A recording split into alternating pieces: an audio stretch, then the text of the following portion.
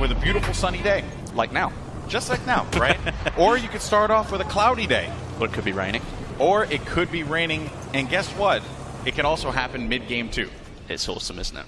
It's pretty sick. When you I hope it rains at some point because I want you guys to see the effects of like each raindrop landing on the just landing on the gun. It's incredible, man. It is incredible. Well, I mean, you can see the environment here. So right now on a sunny day, you can see pretty much everything that's going on. But you can imagine what's going to happen when it starts to rain. You can't see things that are a little bit too far away. So maybe you, with that sniper rifle, trying to take people out like 100 yards, 200 yards away, that might not be able to happen anymore. Unless you're a skilled player, then maybe you're just godly with a sniper rifle. But look at this player here. Only in Battlefield, man. Well, he was just getting... Is he done? I think he probably It looked like he was getting rocked just a little bit. Look, vehicle disabled. You take him down. Wow. Vehicle destroyed. What a use there. That was fantastic. That was some great shots there, and that was the field gun. And that thing is just brutal. And another gun that I actually haven't had a chance to even try out for myself, too. It's really one of the LMGs. Yeah, this is one of the LMGs. Look at that side-loading magazine there. That's a little bit different. This is one of the things about weaponry back then. I mean, each army had their own way of doing things, and you know there wasn't one set way. So, like, you can see it in the tanks. You can see the German tank is very different to the British tank, and that's exactly the same with the weaponry. I mean, they may have thought this might be a good idea. Other armies didn't think so. Yeah, what's really cool is that it's a balance of, you know, the testing of what we saw in World War I, the weaponry that we saw being tested in that time period, as well as what was actually used, you know? Correct. So there's a lot of cool, different kind of gameplay elements there, all in the interest, most importantly, of fun gameplay, right? Which this game certainly is, and... look at that stare. The death stare right into the camera. He's intent on winning the Team Neebs this time. Team Neebs. All right. Well, let's see. Hopefully they could pull out the W here. Well, obviously we've seen a lot of weapons here so far. We've seen gadgets and things, but maybe people don't know all the weapons that are on offer. So, first of all, you've got semi-automatic rifles. You've also got SMGs, LMGs, shotguns, sniper rifles, and you've got some pistols in there as well. So there's a full set of weaponry, just like you'd expect from a Battlefield game. Yeah, we were talking about it before just a little bit. You know, the gadgets, you're going to see anti-vehicle grenades for the assault, trip mines for the support, as well as ammo bags for the support. Correct. You're also going to see the medic bag and the revived syringe, which you may have caught a couple times in some of the videos for the medic position. And then you have the signal flare, which spots enemies for the sniper. That's quite exciting stuff. And then the rocket gun for the assault. Now, we haven't seen rocket gun be used just yet, but essentially what it is, it's exactly as it sounds. Yeah, it really is. It's a rocket gun, but in order for you to fire it, you have to go prone. Or you can set it up behind cover, and then you can use it as a resting point, and then you fire it. It really does have some extreme power behind it as well. So if you can use it effectively, you've got the opportunity to do some serious damage. And then the last thing I want to talk about are the anti-vehicle rounds. Yes. From the sniper. And I actually had a chance to use these earlier when we were setting up the gameplay arena. And well, you can, as it says, you can do damage to vehicles with your sniper rifle, but you have to sacrifice your weapon, really, because you change and you move from firing normal rounds into using something that is purely designed to take down vehicles. Now, obviously, it's nowhere near as effective as like the anti-tank grenade, but you've still got the opportunity as the scout class to, or just honing in on a gunfight there, but you have the opportunity to maybe help your team take down a vehicle.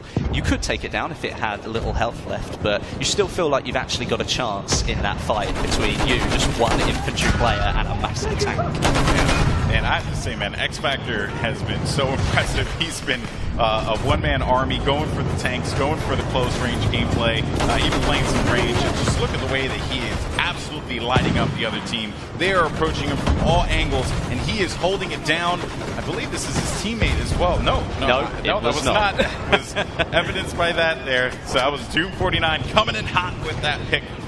Good stuff by Doom there. Yeah, definitely. I mean, look at all the concentration here. all of it going straight into the game. Every one of them intent on getting the points that they want, trying to capture those objectives. Yeah, and also I just want to highlight something too. So you guys may have noticed that you see a couple doors, scattered about. And here's the good news. There's this really cool and a good revive there. Nice. Fantastic. Nice to see. Good work. That was going to be Matt there with that revive. So I just want to note one of the coolest things that they added in Battlefield 1 is the charge through a door. So you close the door, you think to yourself, man, I have security. I feel good, Westy. I'm protected. No, you are not protected, my friend, because I can charge right through that door and say, here's Johnny. It's awesome. I love it. You don't have to stop at the door anymore, which is actually a limitation of some of the older games where you had to wait for the pop-up to come up, and then you could open the door again. You could, of course, blow the door off and then not have that option, but now you've got literally just charge straight through it, full speed, and you don't have to slow down, and the enemy doesn't have that chance to get away anymore. Great shots there. A little bit of a bombing run. Oh, nice. Not bad. And again, they have so many great players here, from guys who come from the Battlefield community, popular content creators, and of course our celebrities that are here playing today. So you're seeing just a diverse mix of skill here. But what's really cool and always impresses me is air gameplay, man. Because I can't control a plane to save my life. It is like the saddest thing. Someone watched my stream. I remember one time I hopped into a jet, and then the jet blew up the second I got inside of the jet. I didn't even know what I did. I have no idea. I did it. I said I committed. I took myself up. Wesley, please. I don't know what to do here, man. Well, looking at this, I mean, we were looking actually at a semi-automatic rifle there, and you have to load every single bullet. So, you've got to be really careful. If an enemy's sort of hanging around, maybe you don't want to fully load all of those bullets, and maybe you want to switch to your sidearm. Might be a little bit more helpful in that situation. Yeah, and the sidearms, too, they have a lot of kick to them as yeah, well. Definitely.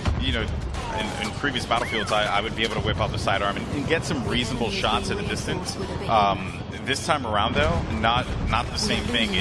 That gun has a lot of kick to it, as do a lot of the weapons in this game. They have a lot of kick. A lot of different bullet drop as well as drag. There's just a lot of different gameplay mechanics at play here. And also, you had mentioned before, or you alluded to it, Wes. You pointed to me, the airship has arrived. Yeah, it's coming back in again, so we might get a shot of that in a minute. And actually, what we should do is maybe just go into a little bit more about the airship and maybe see if we can show some of the power that it possesses, because it was good to see people firing off some of those shots, showing what damage it does on the ground.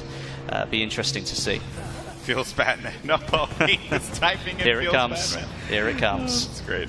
And one thing that I think we will mention about this airship is that it is fully controllable by the player. Now, in the past, you might have noticed some of the bigger objects in Battlefield games, but this one is fully controllable by the player. So all that power, you can take it wherever you like. But obviously, it's a huge object in the sky. It's not like it can turn around in a couple of seconds. So if you want to go somewhere, you better pick that out in your head just as you start using it and then head for it. Don't change your mind, because it takes a long time for it to move around. And you could obviously get taken down by that point and not be as effective. Also, I want to note too, you saw when he picked up the, that mounted machine gun there. Yeah. Visibility, right? A lot of these weapons, even when you talk about the airship, right, and what it's able to do, what it's not able to do, it's still a behemoth, right? But, at that time, right, visibility was very limited. It was all about protecting yourself.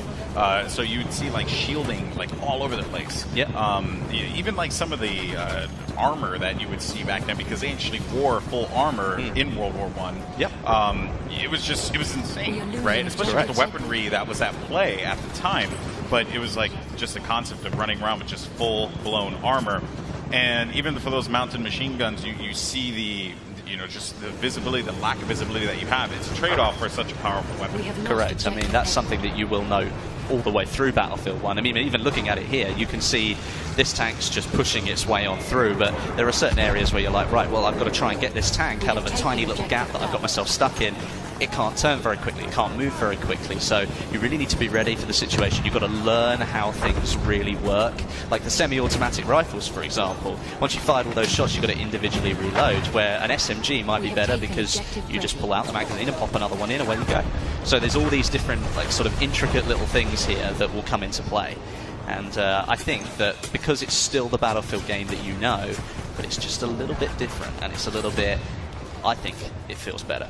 It's guys, I'm not even kidding, this game is like, look at this, nuts. You see the top mounted magazine there getting right in the way, like what you were saying. It's like, people thought that was the best way to do things. We'll get it top loaded so it's easier to fit a new magazine in. Oh well, it's right in the middle of my face, so you know, it's just one of those things. Yeah, now, of course, we have just an update to the score there. It seems like the German Empire is doing a really good job continuing to rack up points. We have just under, I believe, like 3 minutes or 4 minutes for this game before it concludes. And a great run here with the plane. Does a substantial amount of damage there, coming back in for another run. And there's a lot of things that we can cover about this game. You're even seeing it here, actually, when X Factor was looking at it. You can see that wherever there's an explosion, right? Oh, we goodness. got taken down. That's unfortunate. Big Star just ran him over.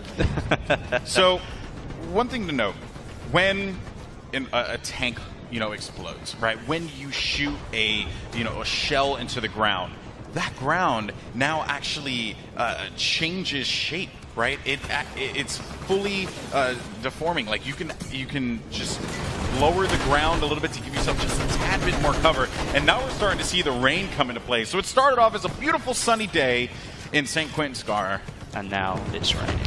Oh, but rain is beautiful in this game. Well, I mean, like we were saying, this changes visibility, and for people like pilots in the sky, even, like, you're having to drive through rain now, maybe you haven't quite got the visibility on that other plane that you were looking to try and take down. Perhaps you need to change up your tactics, try and take people down on the ground instead. Here comes the rain, folks, and look at that sight. It's absolutely beautiful. I mean, look at all the background imagery as well. Look how far you can see. You can really see, like, the battle beyond what you're playing is going on in there as well. That's actually pretty cool. That was a good shot. Way to go, production team. Good job. Good job. The airship doesn't appear to have been damaged all that much. And again, it's the British Army that have got it. So they're doing quite a bit of damage. As a matter of fact, you see those gondolas there, right?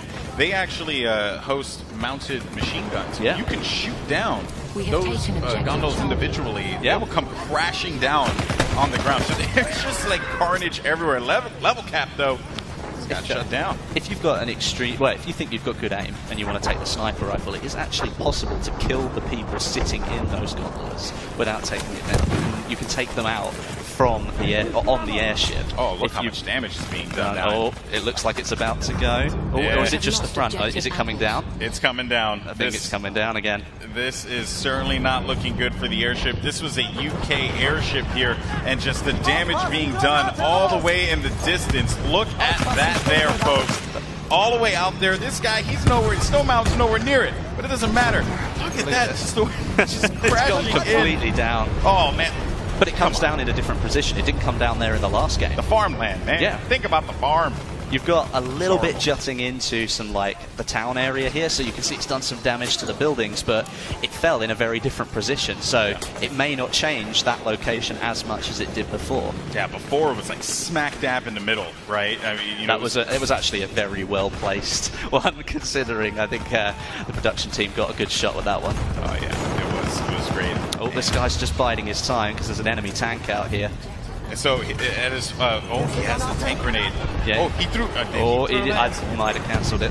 Yeah, he had to cancel. Something that you will notice, look at the weapons here. Because it's raining, you've actually got water falling on the weapon. You can see it there on the magazine quite clearly, that it rests on the weapon, so all the visuals are changing as the weather changes. So not only can you not see as far, but the weapon that you're looking at, it actually has got rain all over it, just like you would expect if it was raining and you were outside. Oh, gets the tracks. Oh, nice job there. Trying to get a pick here. Wiz Khalifa, though, is going to fall down, and that was going to be Gavin who picks up this stop. Look at that intense face right there. So intense. And here comes another bombing run and perspective from the plane. First, that looks fantastic, doesn't it? Look, you can see all the movement in front there by the propellers. That's absolutely incredible. that nice. Oh, he hit the tree. Oh. I don't think he's quite got the power to get going again. No, he didn't. And it's just blown up. And there you have it, folks. The German Empire reigns supreme once again.